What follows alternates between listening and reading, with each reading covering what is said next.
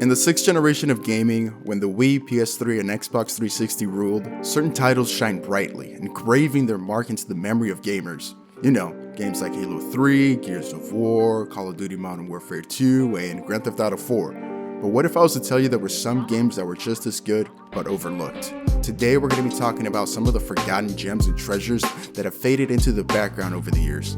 To understand the forgotten games, we need to step back in time and revisit the gaming landscape of this era. It was a time of fierce competition with constant iconic titles being released, but there were so many other stories many of us just simply missed or overlooked. Enslaved: Odyssey to the West was one of them. Simply put, if you like games like Dante's Inferno, Prince of Persia, and God of War, you'll love this too.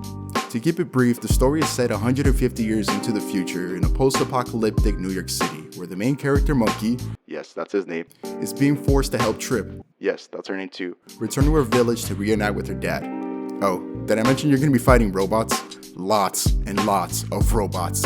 Yeah, they're going to be your main enemies in the game. Some are easy to beat, others not so much, but there's a good amount of puzzle solving and platforming, keeping the gameplay varied and refreshing. Thankfully, it's a pretty short game, so the combat doesn't get too boring and repetitive since it's not too complex and pretty simple. However, that shouldn't take away from the fact that the story is really good. It's sad to think that this game wasn't given much exposure when it was released, because even now in 2023, it's still fun to go back and play for a couple hours.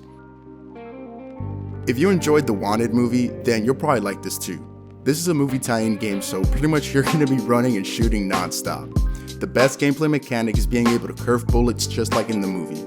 You'll quickly pick up that ability early on in the game, and it makes it so much more engaging and fast-paced. This is a simple third-person over-the-shoulder shooter, similar to Uncharted, but it's a little bit more janky. But you know, that's expected. That's what makes it unique. It's relatively short, so you can complete the game in about 5 hours or so, but it has other modes that can be unlocked using secret codes. These codes can give you access to close combat mode, the ability to play as other characters, and other abilities like infinite ammo and adrenaline. If you're expecting a serious story, well, then I'll let you be the judge of that just based on the difficulty settings and the first level. So we all know Vin Diesel. Well, in 2009, Ubisoft and Midway Games pretty much decided that they wanted to make a Fast and Furious game just without the title. Now you tell me who's the first person that comes to mind when you think of Fast and Furious. Yup, this guy right here. So in Wheelman, you play as Milo, an undercover CIA agent in Spain investigating a case, or cases I should say. Honestly, I don't know. The story is over convoluted and I got lost. But we ain't here for the story, we're here for the gameplay. There's vehicle combat, jumping off and onto other moving cars, shooting, and much more. It's such a fun game to play when you just want to disconnect your mind and want to have some dumb, cheesy action movie fun. I promise you'll have a laugh or two over the dialogue as well. Overall, even though the game isn't a AAA title, you'll definitely have a good time. Some may call this game a Max Payne clone or ripoff, but honestly they couldn't be any more wrong. The Max Payne games were actually heavily inspired by director John Woo's movies, so people call it a clone just because it's a third-person action shooter with bullet time gameplay.